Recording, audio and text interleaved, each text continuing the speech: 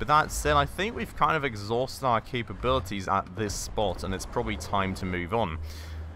Another thing that I've actually just totally failed to mention is, of course, oh my god, the instinct. Oh, it was like literally the best time to move on. Did you guys see that?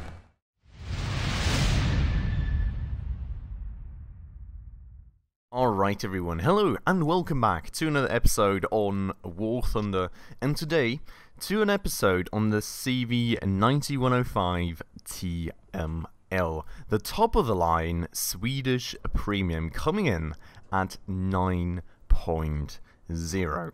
So this being a premium tank, of course, instantly kind of draws comparisons to the premiums of other nations. 9.0 for a top tier premium, honestly, being rather low when you look at comparisons. I mean, for the US, you have the XM1GM, for example, that of course I just covered recently at 9.3. For the USSR, you've got the T72AV, which is 9.7. So overall, a comparatively low tier, but not really that much less of a compelling package, I'll have to say. So starting things out, you get a 105mm cannon, which does offer some decent penetration, not over the moon kind of stats, but if we look out here, you do get 4 different kinds of ammo types. You do get the heat FS, of course, with a pen of 400mm, which is not all too bad, but you do also get the M735 with 353mm of pen at 10 meters, or alternatively, if you're more into that DM23, which does offer a lower penetration, but also at a lower chance of ricochet and higher angles of attack. So that's something to keep in mind there. I usually do run the actual M735 though. Now, this being a light tank, you do of course get the ability to scout people in arcade battle. Also, if we keep looking at modifications here for a second, you do get the abilities of airstrikes, and what's also of course very nice and interesting to see is that, for one, you do get the laser rangefinder, which is always awesome to have. You do get smoke grenades as opposed to the XM1, which is honestly probably one of my biggest criticisms of that tank, and one of my most annoying parts about it, because I do very much use those to actually play around on the battlefield and cover my advances. And you do get night vision, thermal sights actually, and Gen 2 thermal sights, both in the gunner and crucially also the commander view.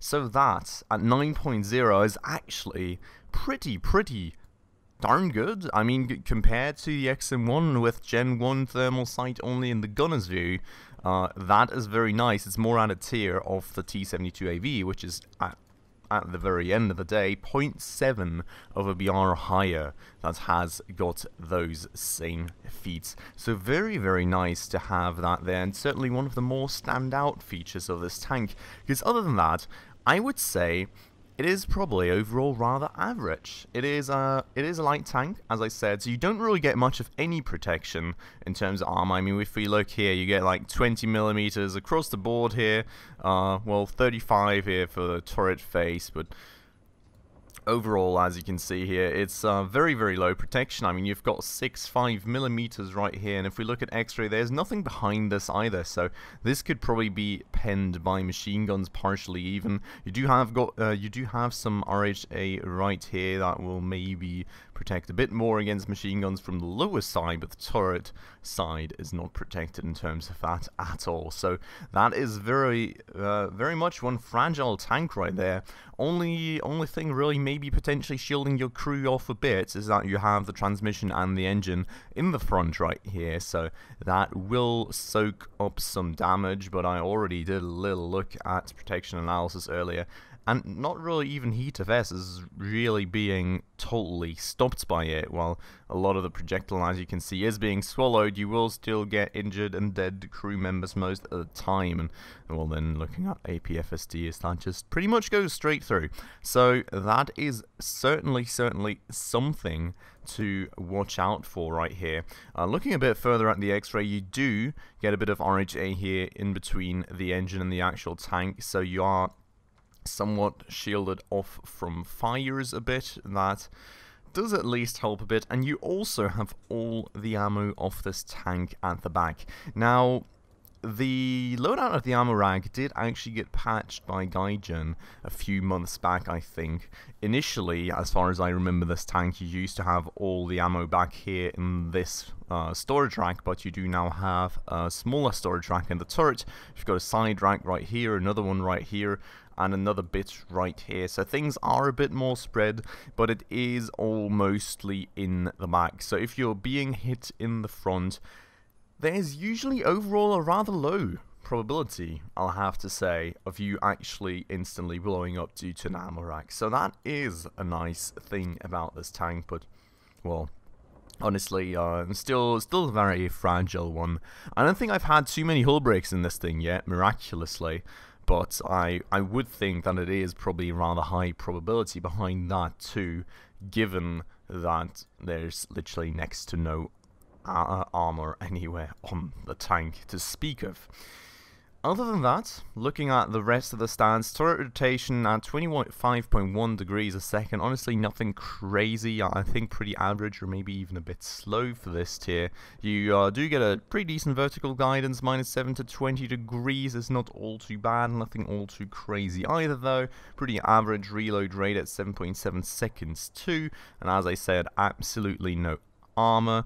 Decent armor penetration, this of course being heat vest, which you probably don't want to use a mouse, so this is more like 337, and well then full crew of course right here, so not the 3 that you get from the T-72AV, so you can theoretically get a few more crew members taken out before you get get chucked back into the hangar, and rather low mass, but also only at an engine power of 550 horsepower. So it's not all too powerful, this tank. You do get a theoretical max speed of 70 kilometers an hour, but I would say that overall you're probably looking more at 40 to 50 kilometers an hour max, which still, you know, this tank does offer decent mobility, but it's nothing all too crazy fast in that regard.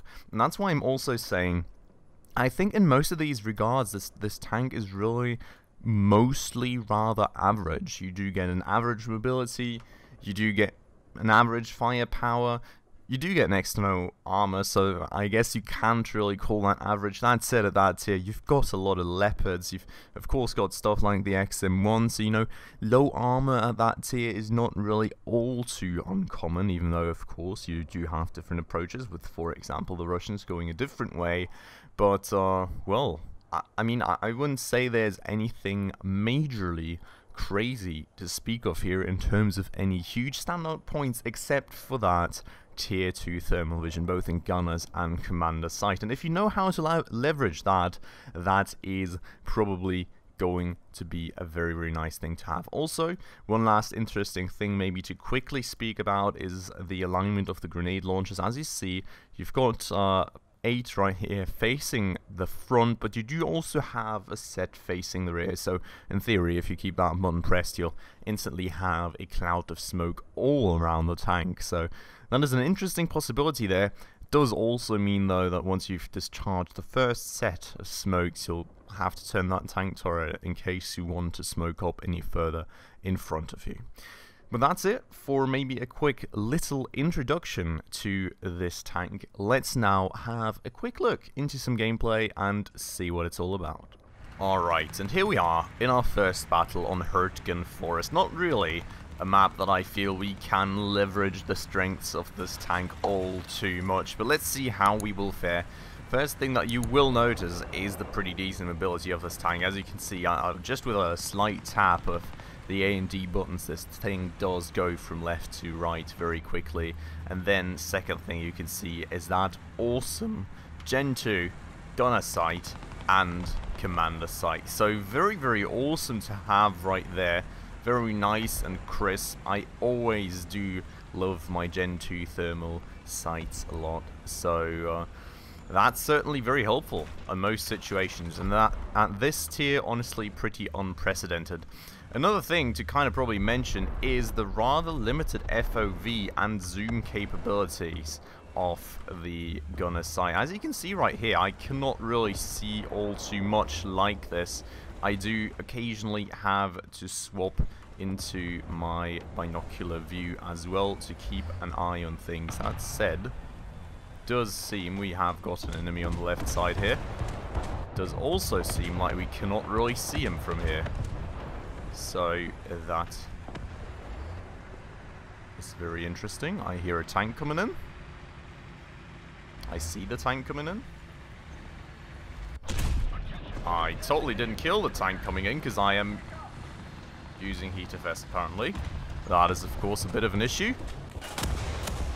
And he's trying to come in from behind here, circling around us, and well, he's already dead.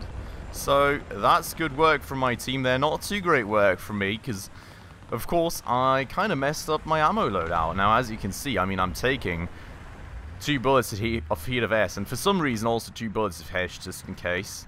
But I usually try... Whoa, heard a missile coming in there. I thought there was a chopper of some sort. But I usually try and keep those for later in case I need to actually shoot down choppers, any sorts of planes and the likes. Now my team's advancing. I'm going to join them in this endeavor. I don't want to be too aggressive with this tank, honestly, because as I said previously, this is not really all too... Yeah, hello, buddy. Hello. Is he driving backwards right now? He's driving backwards into the enemy. What a madman. Okay. Moving on. Alright, welcome back to another one. I never quite know how to call this map. Is it Carpathians? Carpathians? I really don't quite know. But welcome back to a map that I think will actually be pretty darn decent for this tank. For one, it offers a lot of long-range opportunities, which I think this tank is probably pretty decent on average. So really looking forward to that for a start. And hopefully also due to the wide openness of this map, I'll be able to go and scout a few targets for my team, get some kill assists through scouting, and, well, you know, help my team out ultimately win this thing. So fingers crossed that'll be the case. I'm going to go and get myself up on this slope for a start, because I feel I can probably go and do a quick few early snipes out to there. Did miss that one, unfortunately. That was a bit of a fast one, I will have to say. I'm going to go for the reload here. There is another tank up there that we can hopefully snatch. Only hit the fuel tank, though. That's a bit of an issue. Hope he doesn't see me. I hope he doesn't see me. Please don't see me. Thank you. Oh, what was that? That was a cannon barrel. That was like weird hit. But there we go. Crew knocked out now. First kill of the game. Very, very happy about that. That said, enemy team does seem to be snacking. See, that firework on the back of that person is really not helping him out, making it very easy for me to spot him. Let me just scout that guy, and he just got killed by a chopper that very second. Wow. Way to get myself an easy kill assist. That's of course very nice, you know, being able to scout enemy tanks while you have Gen 2 thermal sights in that view. Very, very good. Very, very nice. I mean, that's making things so easy and just gets you some extra free assists. Like, who wouldn't want to take that? That said, there is a plane coming in, which I very much don't like. Let's hope he won't find me. I'm going to chill here for another minute. My team seems to have a fair bit of control on the hill anyways, so I feel that should be fine. Now, there is apparently going to be a light tank coming around the corner sometime soon. So I'll be staying at my range configuration, more or less. Trying to hit 900 here, but it's a bit too sensitive, so we'll stay at 850. That was quite close. There he is. And there we go. Expected and destroyed. Oh no, another one. Wait. It's another one. I saw you. Come on. Do a quick peekaboo for me. Just peek around that corner. Come on. I feel he doesn't want to, but I mean, he's not going to stay there forever, so I got to be a bit patient, I think. Think also being an interesting word. I wanted to say feel, and I said think. Excuse that weird combination of words there. But it does seem he's staying for a minute. I'm just going to take a chance for a quick swoop with the binoculars. Nothing to really... Oh, speak of. Goodbye. There was actually something to speak of, and now he's dead. But that guy managed to sneak by in the meanwhile, which I still scouted him. Scout target damaged, which is nice. He is zooming on. I can't really see him, but he is now destroyed by intelligence 2. Very, very nice. 2 kills, 2 assists? 3 kills, 2 assists. What a nice start to the game. Really, really happy with this so far, and I think this kind of shows the strength of this kind of level of thermal vision at this tier. I mean, it's quite crazy just how easy I can make out enemies. Like, even just like that small...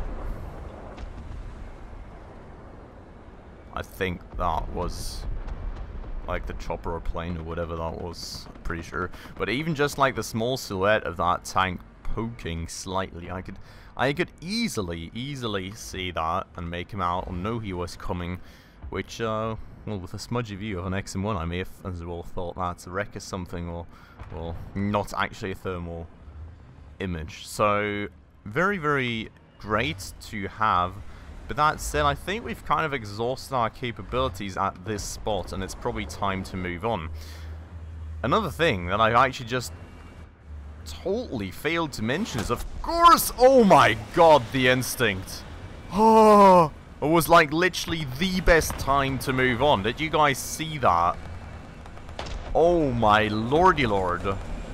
Had I not moved on, I would have gotten snagged by that plane. I'm going to chill up here for a minute, just to try and hopefully obscure myself from the plane's vision under the bridge. Fingers crossed, because he is going to come back for me, probably. No, actually not. Okay, that's great. And, G91's still going. Wow. But yeah, so... Oh? Are you alive? You are. Oh, that was... Whoops. Come on, load, load, load, load, load. God. Damn. Okay, that was a weird angle to hit that guy at. Now my cannon just got all messed up. But there's definitely a dude chilling right there. I was initially kind of convinced that he may be dead until I saw him moving. So that was a weird spot for an enemy tank to be at, but apparently he made the move all the way over there. So definitely going to watch out with that. Pretty happy though that I'm still alive. But yeah, so what I totally failed to mention, of course, was the fact that this thing does indeed have gun stabilization as well, and it works very well, I'll have to say. It works very, very well. Probably even better than for the Leopards. I feel for Leopards, like the first gen ones, it's usually kind of a bit slow a lot of times. With this one, he just got destroyed, I think. Another kill assist through scouting. Absolutely mad.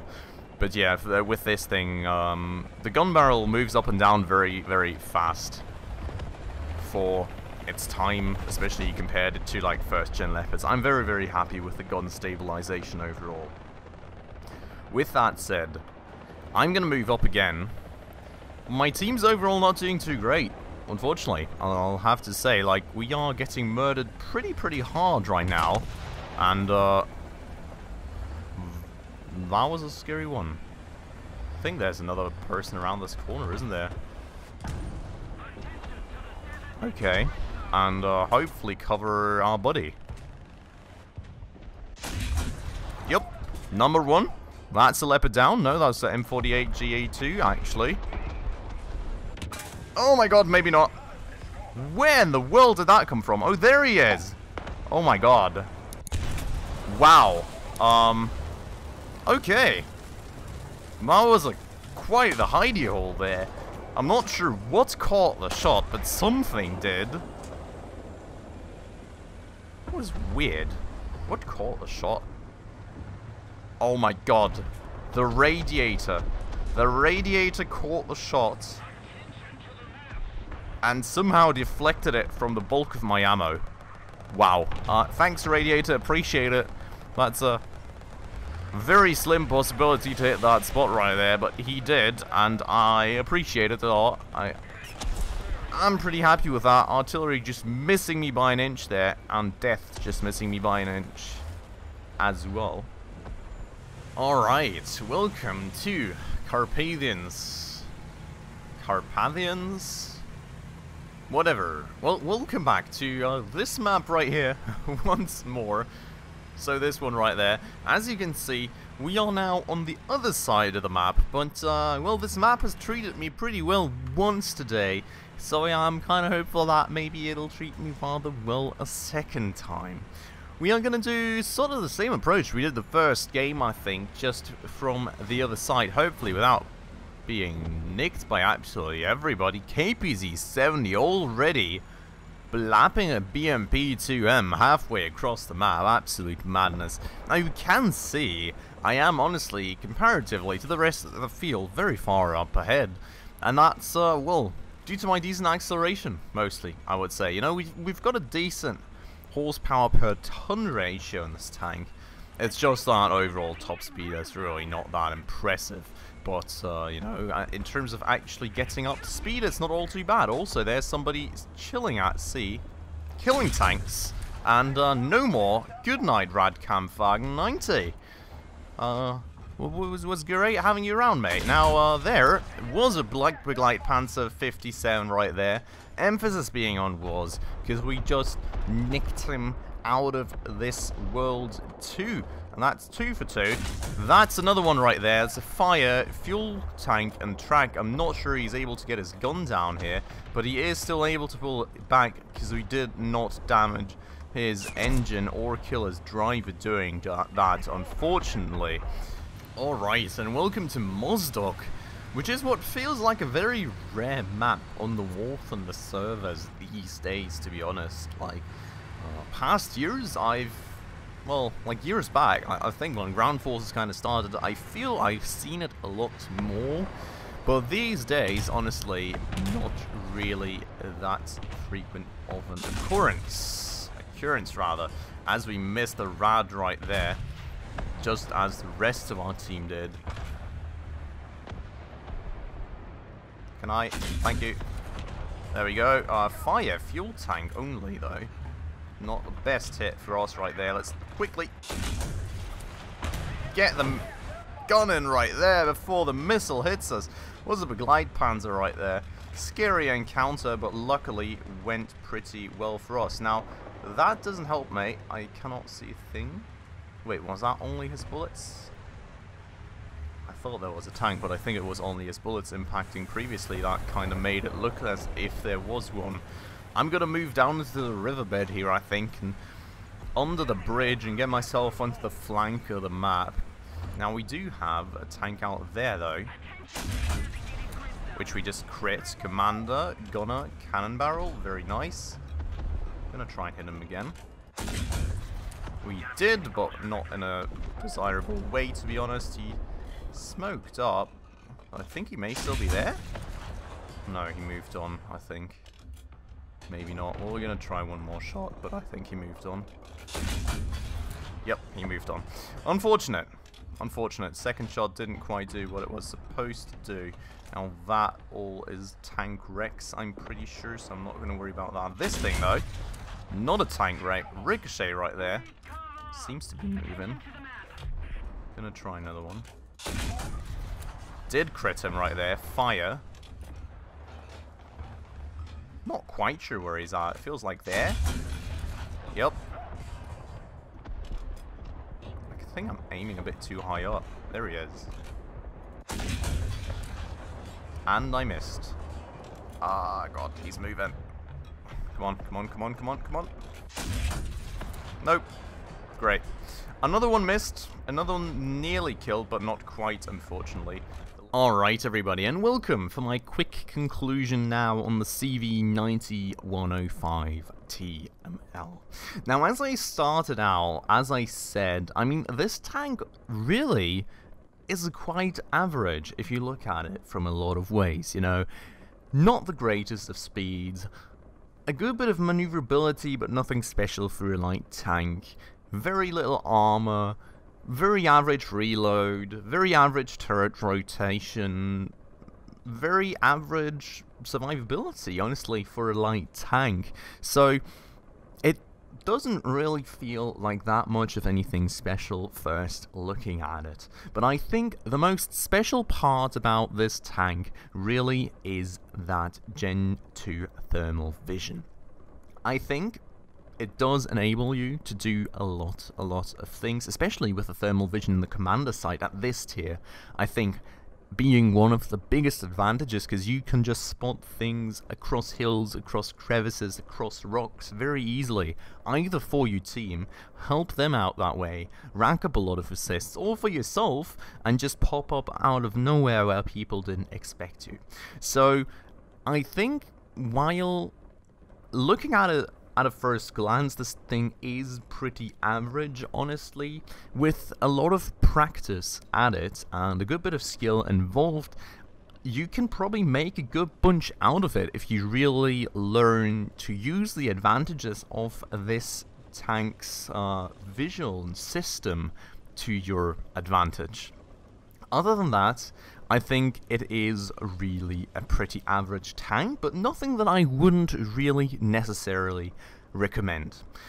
Looking at other premiums though, the question as always has to be asked, is it really worth it? And should you get this thing over something like the XM1, over something like the Leopard L44, or maybe even the T72AV?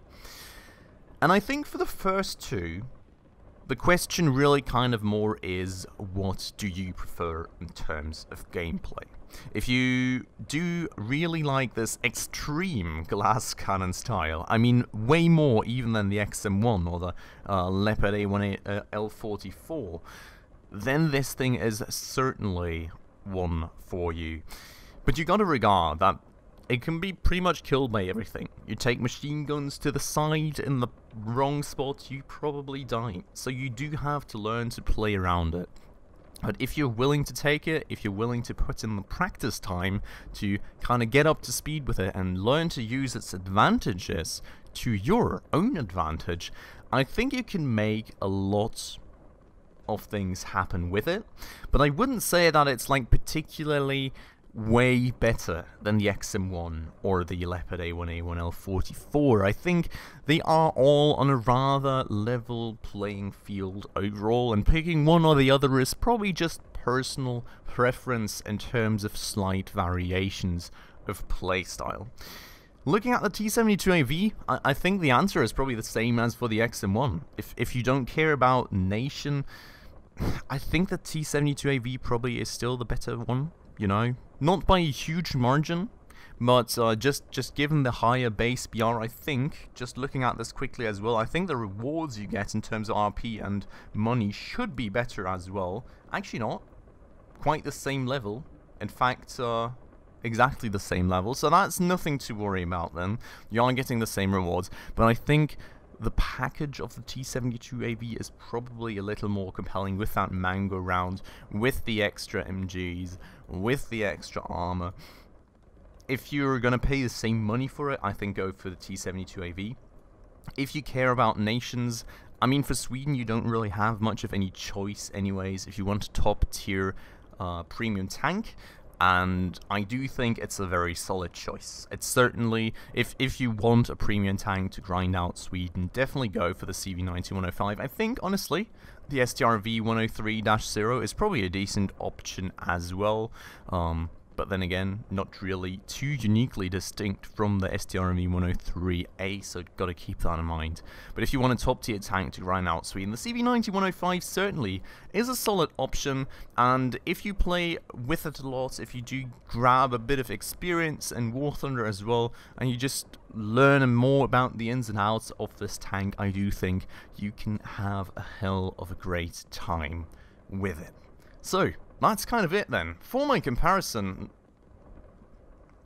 So, that's kind of it then, for my conclusion on the CV90-105 TML. I hope you all very much enjoyed this video. As always, if you did, please make sure to hit that like button down below. That does really help out the channel a ton.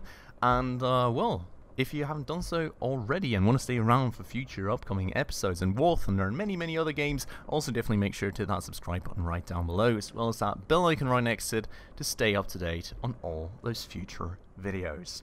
And with that all said, the year is coming to a close, so I just want to take a quick chance to wish you all a very great start into 2021, and hopefully a less troublesome year than this one was, and I'll hopefully catch you all in 2021 then. Thanks a lot for watching, everyone. Ciao.